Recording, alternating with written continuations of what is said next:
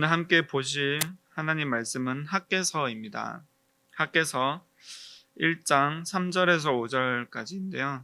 제가 대표로 봉독해 드리도록 하겠습니다.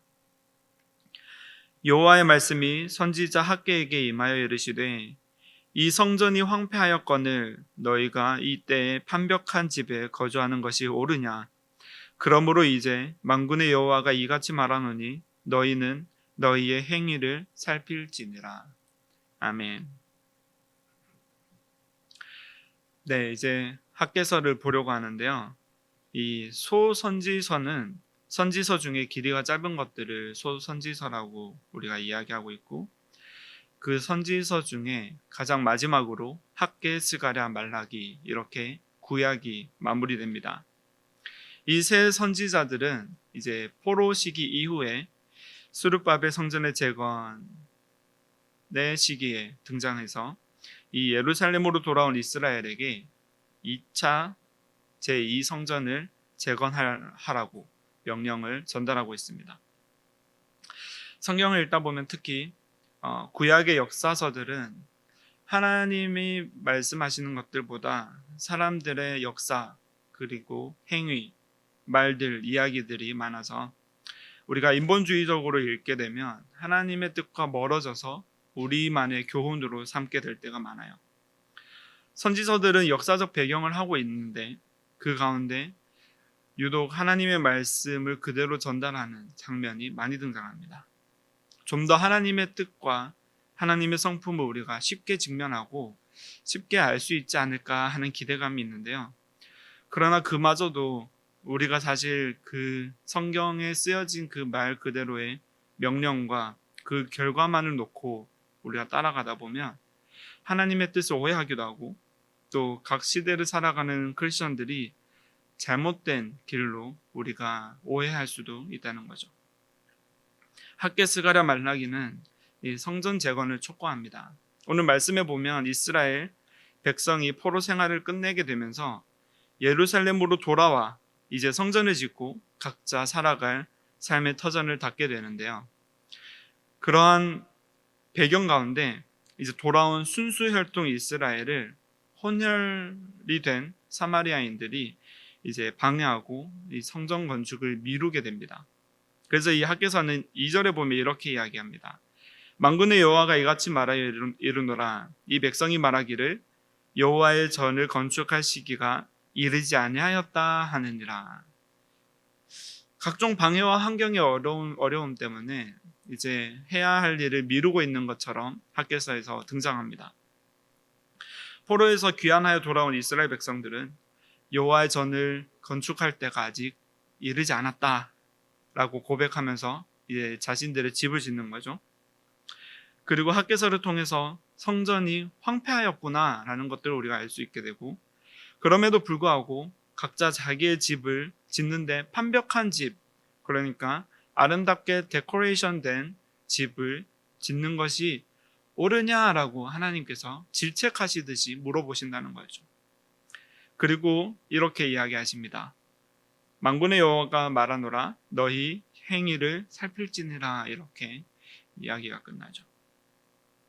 우리는 우리 행위를 살펴보고 돌이키고 나의 집을 짓기보다 이제 성전을 짓기 위해 노력해야겠구나라고 우리가 나아갈 수 있는데요. 이에 대한 하나님의 마음을 우리가 조금 더 들여다보면 시편 51편에서 다윗이 이제 죄를 짓죠. 죄를 짓고 나단 선지자를 만나서 그 죄가 드러났을 때 하나님 앞에서 하는 고백의 마지막 부분입니다. 시편 51편을 보면요. 주께서는 제사를 기뻐하지 아니하시나니 그렇지 아니하면 내가 드렸을 것이라. 주는 번제를 기뻐하지 아니하시나이다. 하나님께서 구하시는 제사는 상한 심령이라. 하나님이여 상하고 통회하는 마음을 주께서 멸시하지 아니하시리이다. 아멘. 다윗의 시기는 이 솔로몬 성전이 지어지기도 전의 시기입니다. 이 다윗이 회개 후에 하나님께 올려드릴 것들을 찾다가 이제 하나님의 마음을 헤아리게 되고 또 하나님 앞에서 자신의 모든 마음을 다 내려놓고 주님 앞에 순종하는 마음으로 나아갈 때 하나님이 구하시는 제사가 내가 지금 이렇게 죄를 짓고 번제 드리고 내가 완벽하게 제사를 드리고 내 나라를 이렇게 통치해서 내가 힘과 능력으로 이 모든 아름다워 보이는 제사를 드릴 수 있지만 그것을 원하시는 것이 아니구나.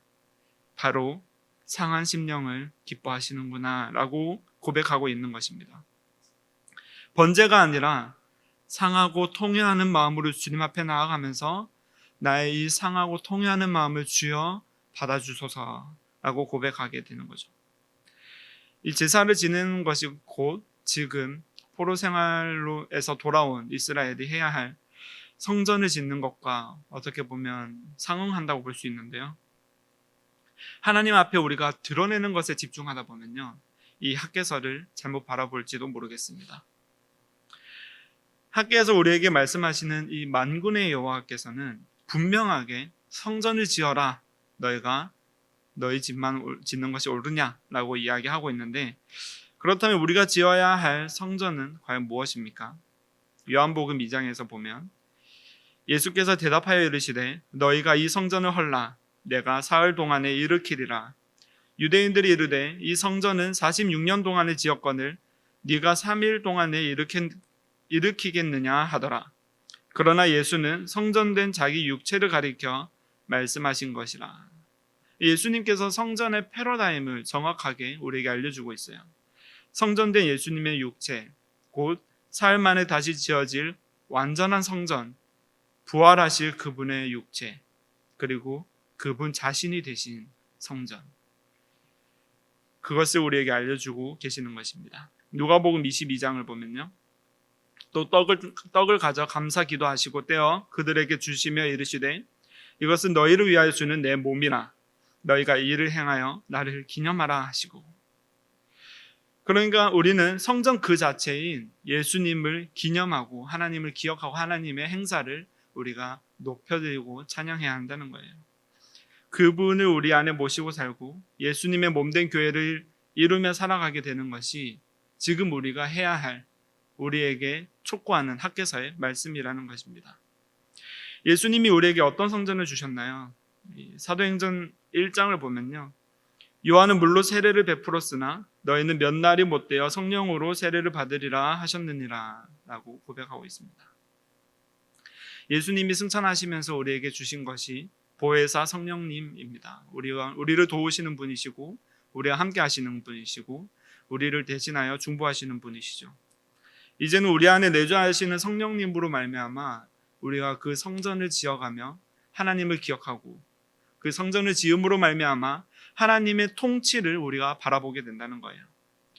우리가 짓는 성전이 바로 무엇입니까? 바로 그리고 우리 안에 지어가고 있었던 우리가 사랑하는 완벽한 집은 무엇일까요?